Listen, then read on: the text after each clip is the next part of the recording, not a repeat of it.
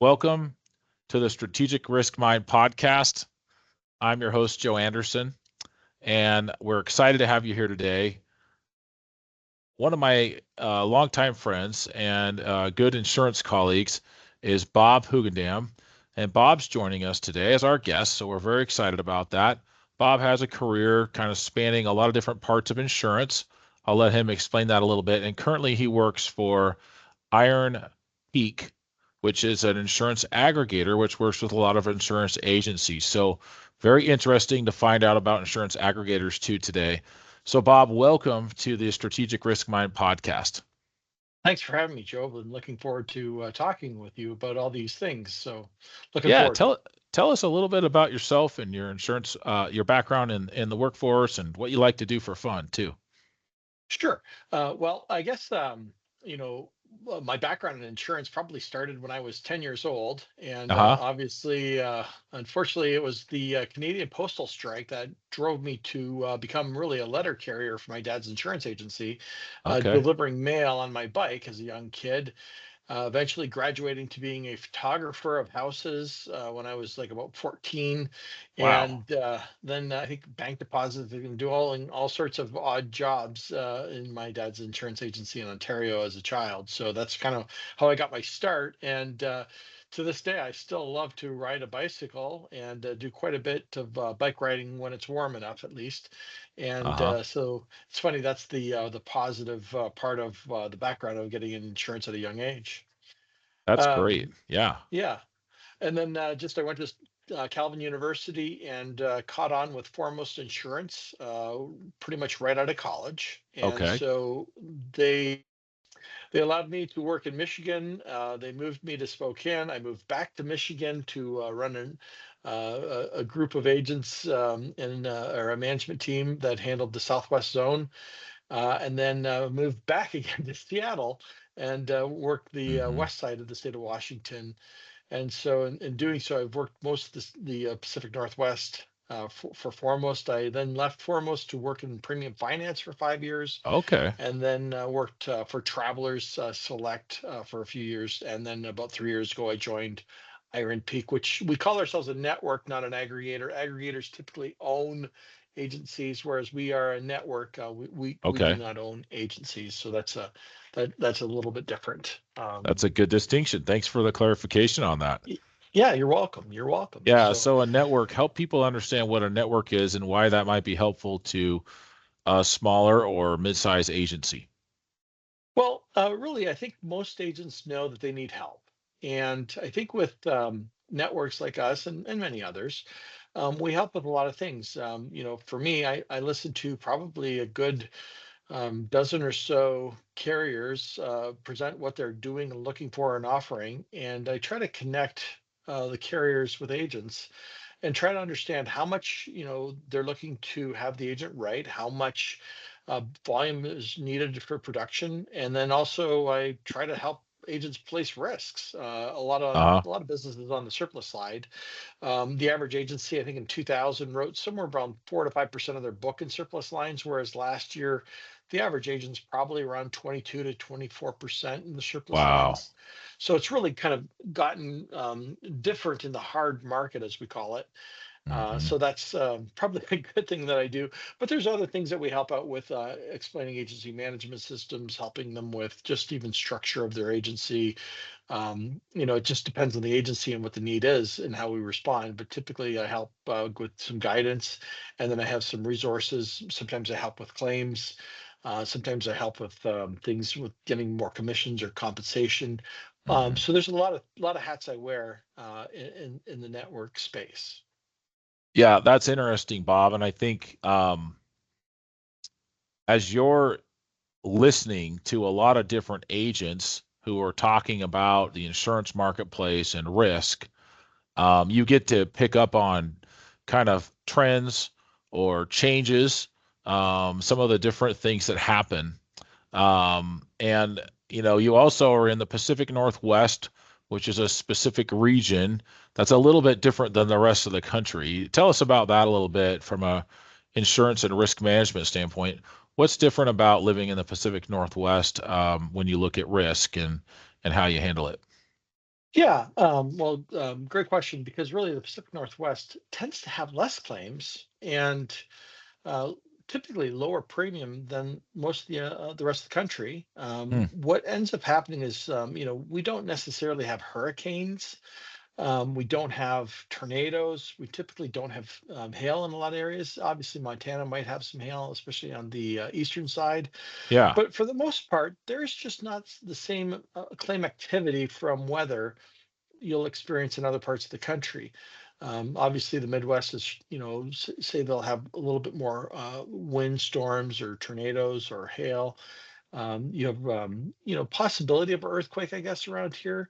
But for the most part, it's been pretty different comparatively. And you look at Mhm. states like Utah and Idaho, historically have the lowest rates in the country Yeah. for insurance.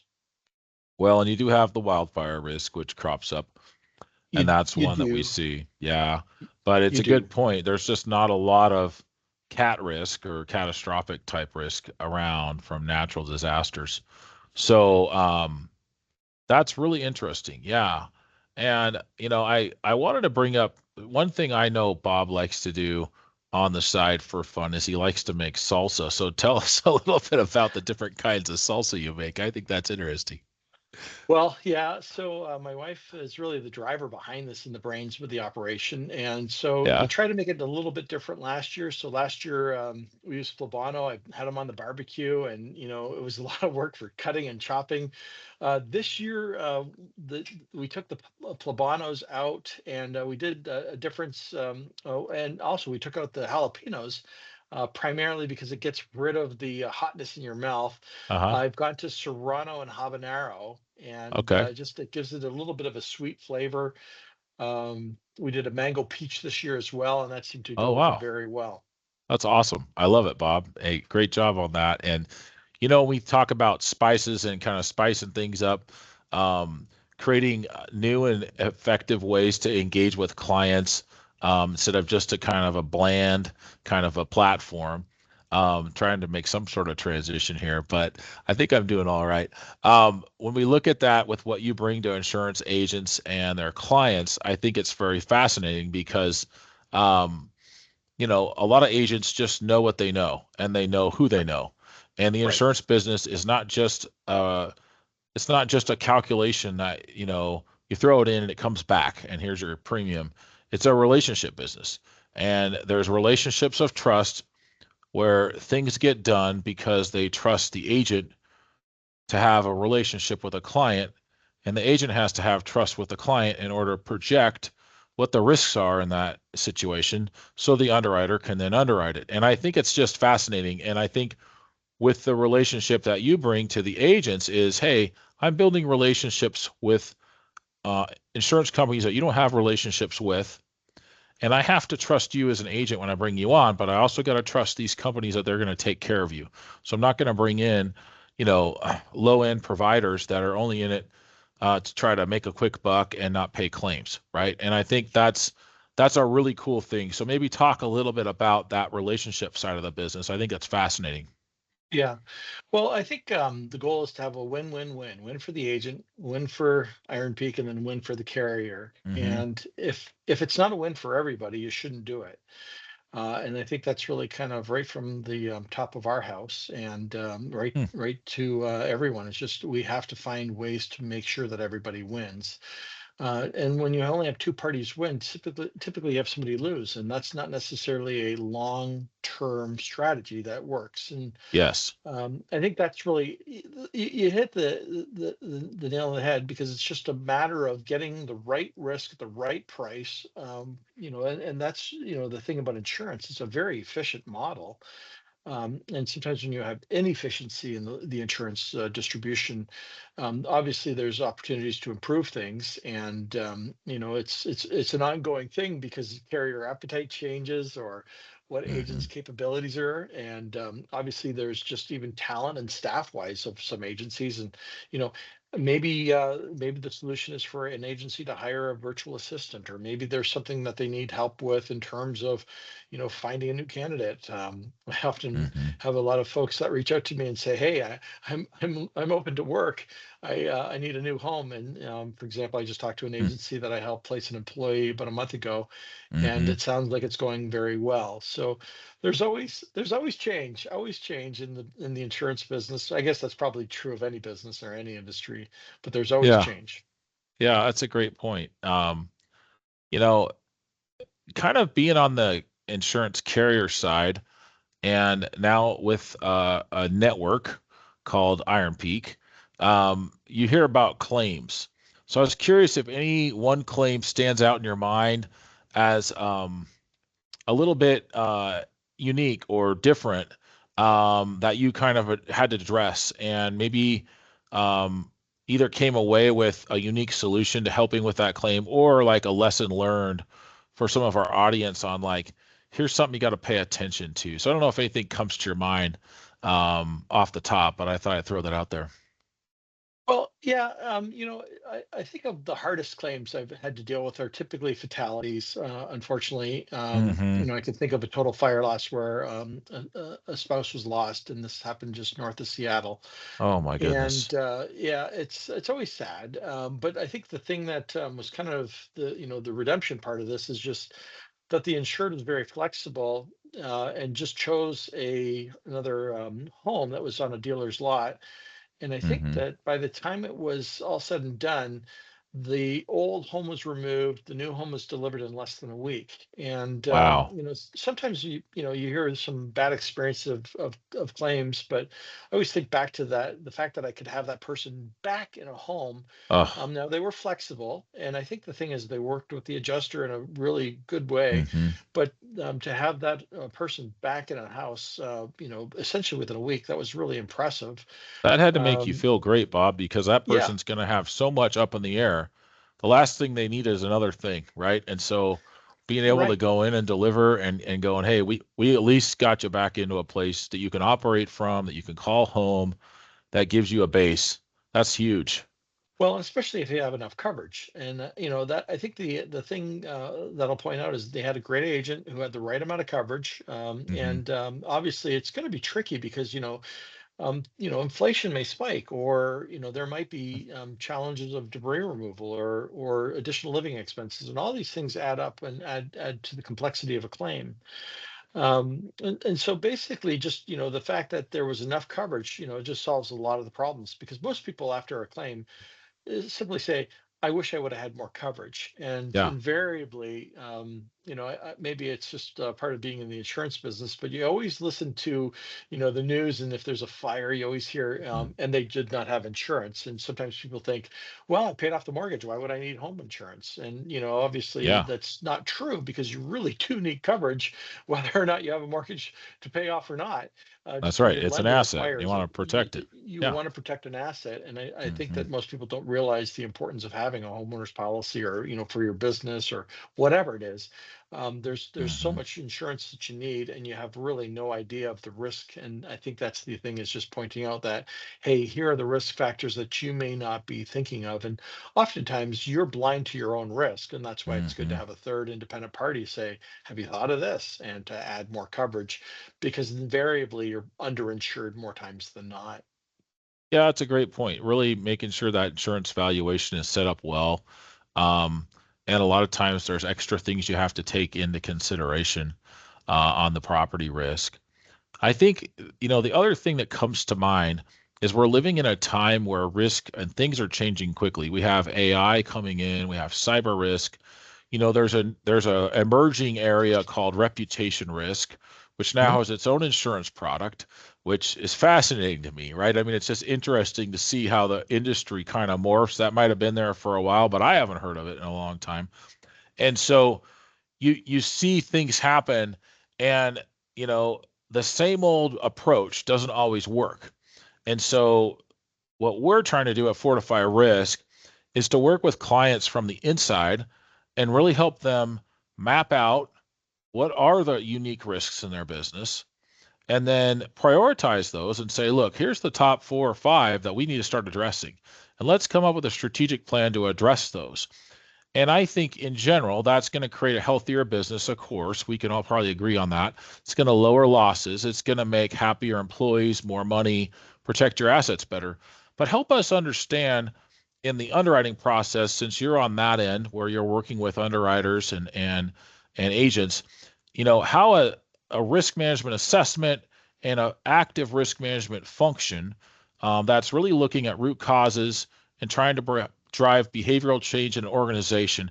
How does that impact, if that can be kind of presented well, an underwriter so that when they're looking at a company? What are they going to look at differently? Yeah. Well, and I guess to, just, to kind of boil it down to, I think we're used to the physical world and we're moving more into the intangible world, right? Hmm, And interesting. in the legal world, there's something called stare decisis, which is basically the precedent of former decisions made by a court. And when you think about it, really common law, which is the standard. Of the legal landscape, and by no means am I a lawyer, but when you think about it, it's meant to protect property, historically speaking. Like, Okay. yeah, your reputation was probably important, 500 years ago too, but it's probably even your digital presence and your, what you have Huh. intangibly is more valuable now. And just think of things, and you hear of these stories of people getting robbed in New York City for access to their Bitcoin and Mm-hmm. accounts, and so there's just it's just a whole new way of looking. Well, what are my current risks, and are they different than they are? And then here's the thing that you always have to be thinking about. It's just simply it's not what's an important thing in the past. What's it going to look like going forward? Because you have to always think Yes, about what does it look like going forward, and are you that's prepared right. for that change? And the speed of change, because it may be here faster than you know it. And Mm-hmm. I, I think that's the problem you have is just simply it's like you can't think ahead quickly enough. And then the other part is are your partners going to be around in 5, 10, 15, 20 years when you need them the most, depending Mm-hmm. upon the life cycle of a business. And Mm. so as you move to digital space, are you creating moats around that? I know historically underwriters would always think of things as within 4 walls. What is the exposure? And now the exposure could be worldwide at any moment. Mm-hmm. That's right. You have no idea of who's going to attack your website and from where, and how would Mm-hmm. you defend it? And the other thing too, it's like think about the problems in the past of just sometimes it's not even your own security, it's your vendor's security, because Mm-hmm. they may use your vendor to get into your operation. And so Wow. um, It's a great it's point. something you have to always think about, these concepts of just what are we covering.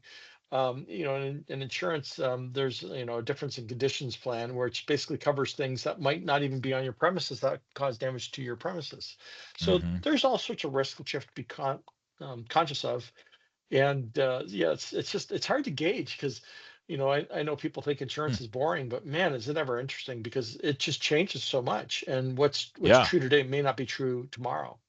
It's some great points. I want to zero in on that moat idea because I think that's a great analogy of kind of how we have to think today. It's no longer always a situation of I have a fire sprinkler in my ceiling for my building.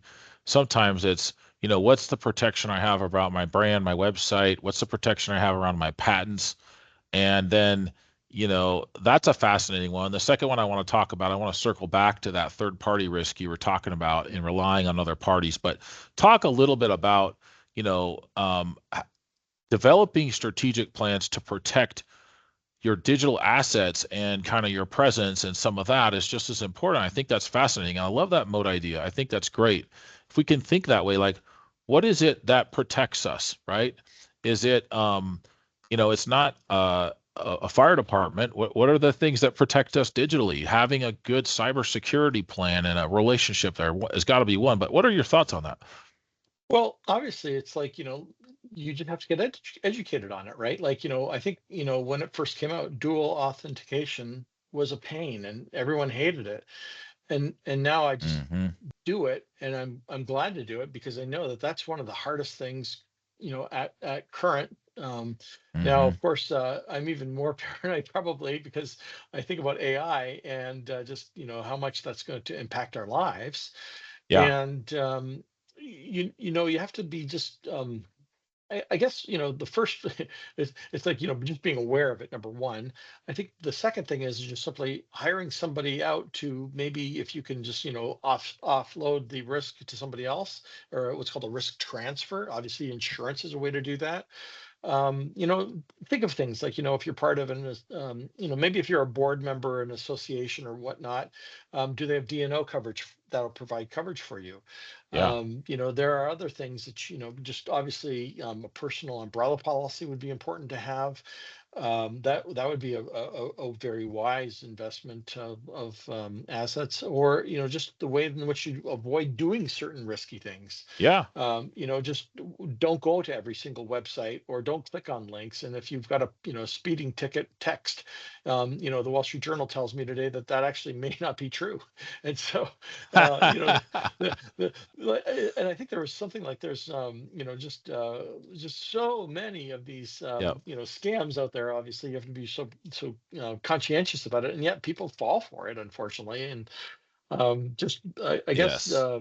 we have to just constantly be vigilant, and just the more training you can get, the more understanding, the better you are. And yeah, and then also preaching the kind of the moat mentality might be the best way forward. Well, yeah, and like with our firm, we use an outsourced IT firm, right?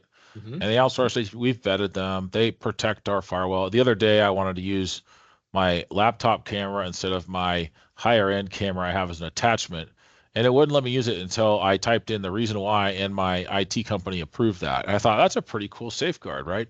I don't want somebody Sure. tapping into my cameras and flipping things around, right? And so, it's kind of cool. But then we rely on third parties, right? And what if those Right. third parties haven't set up their own redundancies or their own risk management plans, or something goes down? It could be a physical plant go down, but it could be they get hacked, or they have a key person leave and take client data, or whatever it is. And so I'm seeing a lot of job postings right now because I look at those because we can bid against, a full-time employee coming in as a fractional provider. And I see these Hmm. postings out there that deal with third party risk coordinators, third party risk directors of risk. And I just think it's interesting that that is such a huge focus right now. Any thoughts on that as we close here, Bob? Well, I would look at things like what are the credentials, what are the experiences, and Hmm. are they virtual or actual? Hmm. It's funny. I always say to my kids as they're working on their high school projects, something that they accomplished. Actually, I was actually proud. If they did something virtually, I was only virtually proud. Oh yeah. I would be skeptical of these, acronyms if you've never heard of them before. Uh-huh. Look for real designations and look for real experience, and Okay. try to work with really good vendors. And the thing too, it's like if something's too good to be true, it probably is. And so I would It's just simply the higher the quality, the better off you are, most likely. Yeah, and it's okay to ask them to prove themselves, right? Show me your Sure. insurance and show me your experience. Well, this has been great, Bob. This is another great episode with Bob Hoogendam from Iron Peak, of the Strategic Risk Mind podcast. We appreciate you joining us. Thanks again, Bob, for being our guest. Great insights, and we'll see you next time. Thank you. Thank you. Bye for now.